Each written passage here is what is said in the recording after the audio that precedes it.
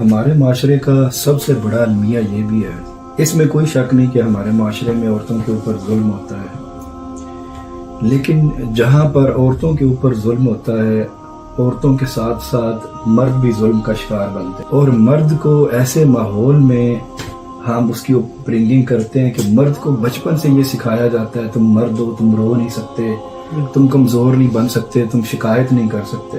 میں پہلے جس علاقے میں رہتا تھا وہاں پر میری ملاقات ہوئی، بعد میں ہماری دوستی بھی ہو گئی۔ تو ایک دن میں نے ان سے پوچھا کہ آپ کس ویزے پر UK میں آئے تھے؟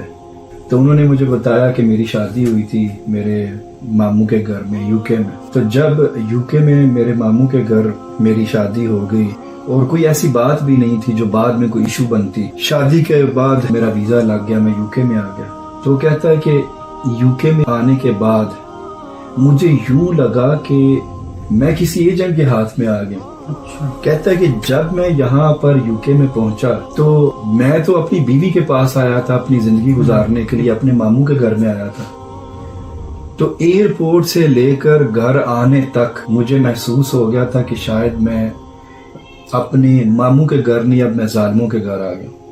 کہتا ہے میں گھر آیا تو مجھے آتے ہی باتوں میں مجھے بتایا گیا کہ آج کے بعد کیونکہ ہم نے تمہارا ویزا بھی لگوایا ہے، تمہاری شادی کے اوپر اخراجات بھی کیے ہیں، کیونکہ تم پاکستان سے غریب فیملی سے بلانگ کرتے ہو، تمہارا سٹیٹس کیا ہے، تمہاری تعلیم کیا ہے، اسے ہمیں غرض نہیں ہے۔ آج کے بعد کھانا تم نے بنانا، برتن تم نے دھونے ہیں، گھر کی صفائی تم نے کرنی ہے، اور باقی دیگر جتنے بھی معاملات ہیں وہ گھر میں تم ہی نے کرنے ہیں۔ کہتا ہے کہ میرے لیے یہ موت سے بڑھ کر تھی کہ میرے ماں باپ نے تو مجھے یہ سکھایا تھا کہ تم گھر کے ایک مرد ہو، تمہاری وجہ سے ہم عورتوں کی بھی عزت ہے۔ کہتا ہے میں سافٹ ویئر انجینئر تھا، پڑھا لکھا نوجوان، اور مجھے بتایا یہ جا رہا کہ آپ نے صفائی کرنی ہے۔ خیر کہتا ہے وہ معاملہ تو ایک الگ معاملہ تھا جو میرے سسرال والے میرے ساتھ کر رہے تھے۔ میری بیوی جس کے ساتھ میرا نکاح ہوا تھا، میرا اس کے ساتھ بالکل کسی قسم کا تعلق نہیں رہا۔ 3 سال میں ان کے گھر میں رہا، اور 3 سال تک وہ کہتا ہے مجھ سے قسم لے لیں کہ میرا اس عورت کے ساتھ، اپنی بیوی کے ساتھ کسی قسم کا میاں بیوی والا تعلق نہیں تھا۔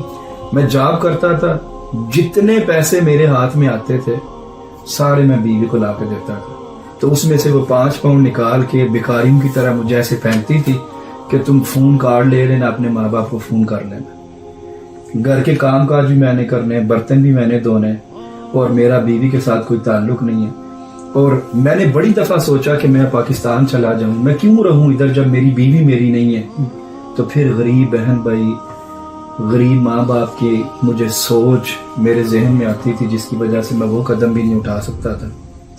کہتے 3 سال بعد، تب 3 سال بعد پرماننٹ سٹے ملتی تھی، 3 سال کے بعد میری پرماننٹ سٹے ہوئی، تو پھر میں نے سوچا کہ شاید اب حالات چینج ہو جائیں۔ کہتا ہے نہیں ہوا۔ کہتا ہے میں آپ کو بتا نہیں سکتا ہوں کہ میں کس کرب سے میں نے وہ 3 سال کی زندگی گزاری۔ مجھے ایسے لگتا تھا یہ 60 سال کی زندگی ہے۔ میری نظروں کے سامنے غیر مرد ہمارے گھر میں آتے تھے، میری بیوی کے بیڈ روم سے نکلتے تھے، لیکن میں صرف منہ کے اوپر ایسے خاموشی، اپنے لب سینے کے علاوہ میرے پاس کوئی چارہ ہی نہیں تھا۔ تو ظاہر صاحب آپ دیکھیں کہ ایک پڑھا لکھا شخص، پھر اس کو گھر میں جو اس کی اپبرنگنگ ہوئی ہے، اس کو بتایا گیا کہ تم ایک عزت دار گھرانے کے ممبر ہو، پھر اس نے یونیورسٹیز میں تعلیم حاصل کی، اس کا ایک مائنڈ سیٹ بنا۔ ہم اگر اس ٹروما کو دیکھیں، اس ٹریجڈی کو دیکھیں، وہ 3 سال مجھے 3 سال نظر نہیں آتے، ان 3 سالوں نے اس انسان کی پوری زندگی تباہ کر دی۔